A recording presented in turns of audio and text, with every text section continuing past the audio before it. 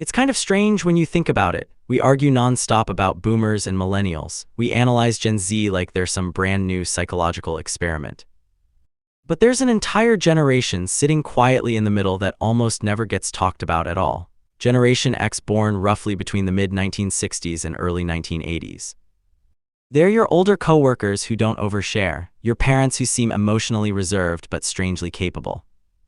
The people who helped build the modern internet but don't feel the need to document every moment of their lives. And here's the part most people miss. Gen X psychology may be the most misunderstood of any living generation. They were the first generation of latchkey kids at a massive scale. Imagine being 8 years old in the late 1970s. You come home from school to an empty house. Both parents are working, no smartphones, no location tracking, no group chats, no one checking in. You unlock the door yourself, make your own food, do your homework alone, and wait. By the early 1980s, millions of children between 5 and 13 were regularly unsupervised after school. That wasn't a rare situation, that was normal, and growing up like that didn't just make Gen X independent. It taught them something deeper. You can't assume someone will be there to save you. That empty house trained their brains early. Actions had consequences, immediate ones, no long emotional discussions, no negotiating how you felt about the rules. Step out of line and the response was direct. Psychologists call this a high contingency environment where cause and effect are tightly linked. That's why Gen X tends to think several steps ahead. They learned early that mistakes cost something. They also grew up watching contradictions everywhere. Their parents talked about stability, then divorce rates exploded. Adults preached loyalty to companies, then mass layoffs became routine. The message was simple: work hard, follow the rules, and things will work out. But Gen X watched the rules change mid-game. So when psychologists label them as pessimistic, Gen X doesn't see it that way. They call it realism. It's not constant negativity, it's emotional armor. They hope for good outcomes, but they're always prepared for disappointment, because history taught them to be. That mindset explains their relationship with privacy.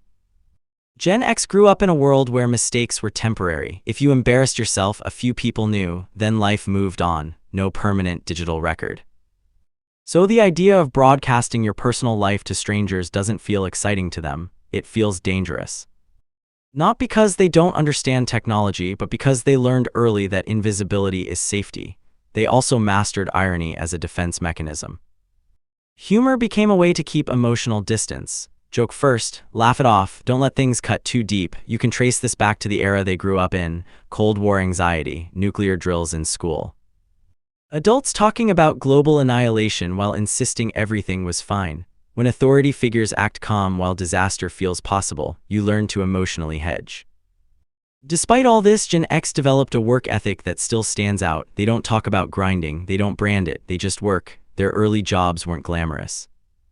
Paper routes before sunrise, fast food shifts where you had to calculate change mentally when the register broke. Responsibility came early, and it was real.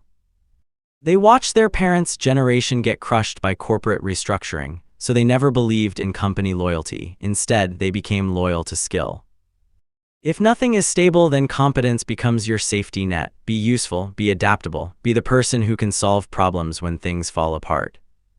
Here's the paradox at the center of Gen X psychology. They're fiercely independent yet quietly dependable. They won't ask for help easily. They've been figuring things out alone since childhood. But when someone else needs help, they show up without fanfare, no announcements, no credit. Their relationship with authority is equally complex. Titles mean nothing to them. Competence means everything. If you know what you're doing, they'll respect you. If you don't, no amount of status will save you.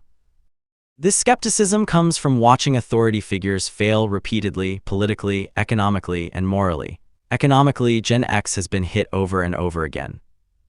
The oldest members faced stagnation early. The youngest graduated into economic crashes. Stability always seemed just out of reach. That's why many of them juggle multiple income streams. Not out of ambition, but out of survival instinct. Research shows Gen X is less likely to seek emotional support during stress, not because they lack relationships, but because reliance feels risky.